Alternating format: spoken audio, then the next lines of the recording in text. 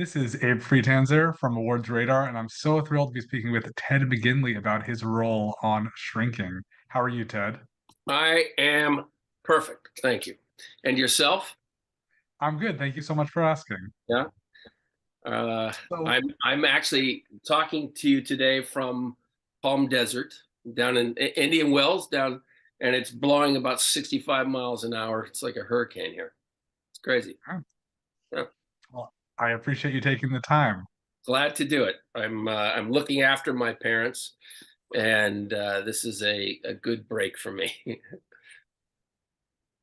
As I was thinking about talking to you, I was like, I think his name is Derek, but I should be more sure. And the reason I'm not sure is because everybody always calls him the wrong name. And it's not Yeah. nice. And I think a lot of the treatment that he gets, I don't think he deserves. Why is he such a punching bag? Well, he's. I mean, he's it would I wouldn't use that term. He's not really a punching bag because he is more than capable of defending himself. He just you notice everybody on this show has issues, has some pretty serious issues they're dealing with. Derek is the one guy whose ship just floats along the top of the sea and navigates the waters. He's probably the most normal person character on the show. So he's pretty grounded.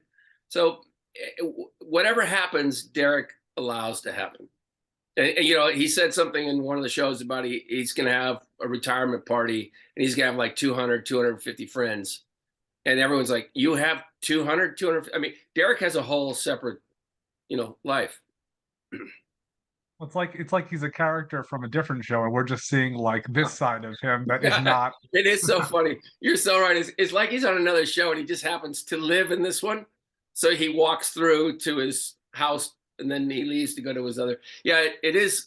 It is funny. I can't even imagine this character has kind of blown up in a way like I did not expect. I thought, in fact, I didn't tell people I was on the show because I had so little to do that I didn't really say anything. And so everybody I know is calling me and say, I didn't know you were on that show. I didn't, so, and I wasn't a regular, so I wasn't allowed to say that I was on it initially. So anyway, people are discovering it one by one. It's been so much fun. I'm going to do that from now on. Find that everybody likes him. Does anybody have any criticism that they're like, you're on the show, but I'm not a fan? Yeah, no, well, my dad won't watch it because it's too many foul words. So which is funny. I mean, I would have predicted that my parents weren't going to watch it. That they're that it's a little hard on their ears, but it is funny. I think it's a people love Derek for whatever reason, and it's been kind of fun to hear some of the reasons. A lot of people just relate to Derek, and Derek is just a guy like everybody else, just trying to get through it. How much do you relate to Derek, and how similar are you to him? There are definite. I mean, we are similar in that I think both of us sort of try to pick the positive side. I'm probably a little more of an ass than Derek. Uh, uh, it's funny talking to Bill Lawrence, the creator, and initially when it first came my way, I was like, I don't really know. Like, there's nothing here for me to grab on. Like, I don't know how do I create this guy? And he said, look, the thing that you have to understand is that this is a guy who says things people they would hate him for say, except that he does it so nicely. And you have to kind of, and my instincts are always to want to stick that knife in there and say, no, just let it go. And so, I owe all of that to Bill. How familiar were you with Bill's previous work before this?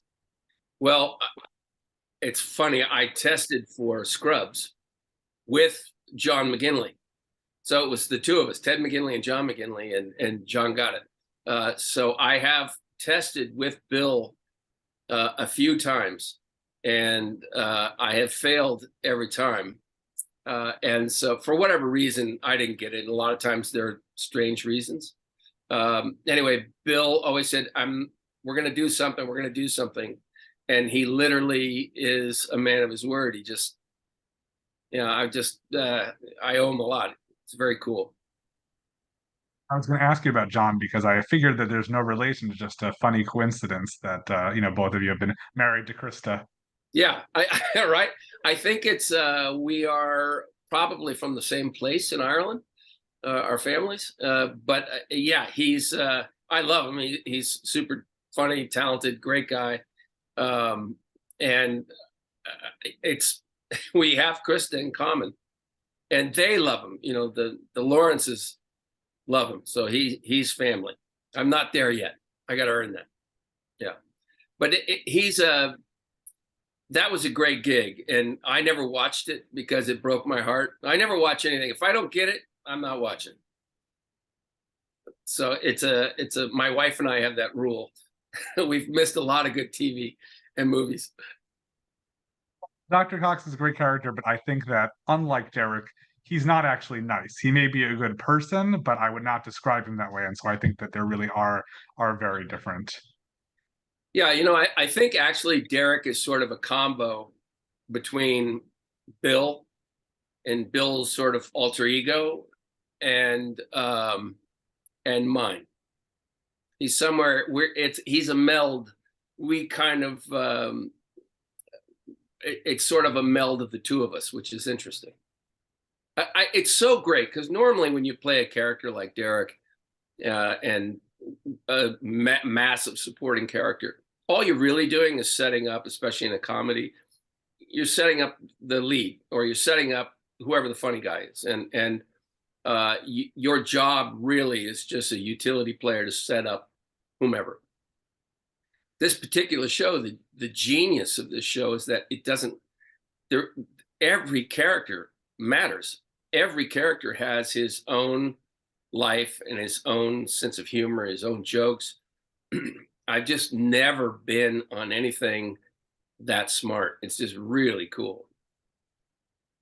I also like one of my favorite things is when you have characters who don't usually interact get to do that. And I think that happens a lot on this show. And especially when we get to see Derek and Gabby towards the end of the season, like developing this friendship. Yeah. That was a lot of fun. Yeah, she's amazing. I mean, she just is phenomenal.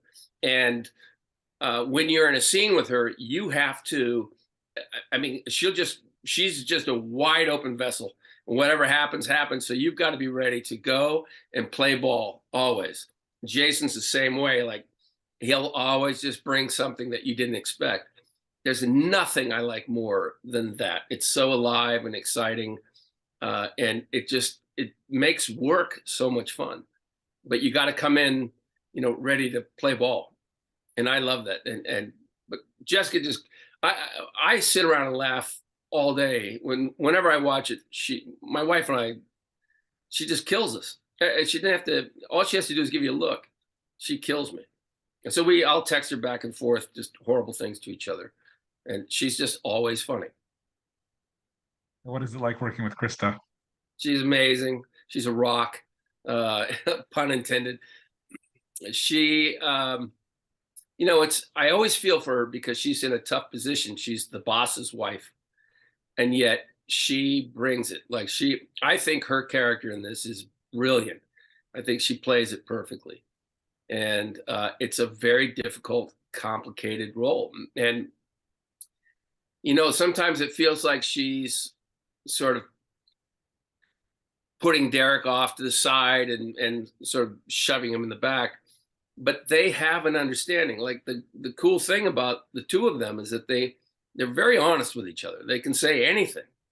And I think that they kind of have a very rare relationship. It's kind of cool. Krista, she's just a pro's pro. And she's solid as a rock. You can depend on her. And she just, again, I love everybody in this show gives you kind of what you didn't expect. The kids are so rock solid. They're opposite Harrison Ford. They don't even, it's like it means nothing. I come in there shaking. It's Harrison Ford. They're just sitting there like, yeah, hey Harrison. It blows my mind. So they are so solid. and then you keep getting to these. Every character just brings something you didn't expect. You see it on the page, and then when they start to play it, it's like, wow, okay. It, I mean, it's like so far, it's the dream job. And I, Derek, I thought Derek would be gone. I thought for sure, they're going to push Derek off the cliff. So I was so happy. I assume you can't say anything about season two. Yeah, I can't because I don't know anything. I'm just hoping Derek's there. Uh, yeah, I don't have any clue. I have zero insight, which makes it fun. I kind of hope that I like the way Derek lives. I like the way he just sort of walks through scenes, and it'll be interesting to know if they keep it that way or if he is slightly more substantial. I don't know. Who knows? That's the fun part. Like, I don't really want to know. I love um, I love being surprised, and it makes everything so non by rote. Everything is just so interesting and different, and that it actually kind of lives in that moment. And I think it's sort of what this show's capturing. Absolutely. You've had so many great roles, on so many different comedy series over the course of your career. Is there anything that really stands out to you that find people come back to, all the time? Well, I mean, it's Married with Children, Jefferson for sure, and Stan Gable in Revenge of the Nerds. I mean, those two are just that's kind of a constant. It's one of the two. And by the way, those are two characters that I can certainly live with. They've been a lot of fun. Um, Trying to figure out if there's some secondary life for Stan Gable at some point. Um, so we've been sort of toying with that, and but in Jefferson, Lord knows, that I'd like to know where he is today. It's funny. There are so many guys who are writing books right now on almost every show that I've been on. There are people writing books, and so I've been doing interviews on these shows that I haven't seen in years. I never. We did the show, and then I would watch Married with Children, for example, that week whenever it aired, and then I never saw it again. I keep thinking one day when I'm in the home, I'll sit down and watch them all. But when my kids were younger, I didn't let them watch it. It was a little too much for them. And then when they became older, they were, it wasn't hard enough for them. Then they went on to something even more risque. So I don't know. I'm super proud to be a part of those shows because they were iconic. I mean, if you think about it, like Happy Days was incredibly a slice of American television history. Love Boat, same thing. Dynasty, same thing. Married with Children, in a whole nother audience in a different way. And then when I was living in New York, I was commuting back and forth, and I was working on Hope and Faith with Kelly Ripa and Faith Ford. That was a highlight because there's nothing better than living in New York and being on a hit show, even though it was hit-ish, but it worked in New York. They loved having a live audience show there, and being a part of that was pretty magical. They've all been, great. Well, given that you said your parents don't watch this show, do they have a favorite that they do watch from your history? Oh, I mean, they love Happy Days. They like happy endings. They like it as lukewarm and simple and basic as it can get. Um, I, they're good sports. They would watch anything if I really, but they're 95 and 92, so it's hard to follow anyway. But they love the old stuff. When I went from Happy Days and all those shows into Married, they were freaking out at that point. Like, what is this? Hang on, who are these people? So they had to get used to that as well. But they ended up enjoying that gig, and they're all fun. They were fun to come to the sets and all that. My parents have been through a lot with me, but they will. My sister, who sometimes comes here and stays, will. Um, she'll watch it and have it on in the background. And you can hear them. They're always peeking their ears. They love it. They like anything I do. Awesome. Well, thank you for taking a few minutes to speak with me today, and please stay safe. And you as well. I appreciate it. Thank you.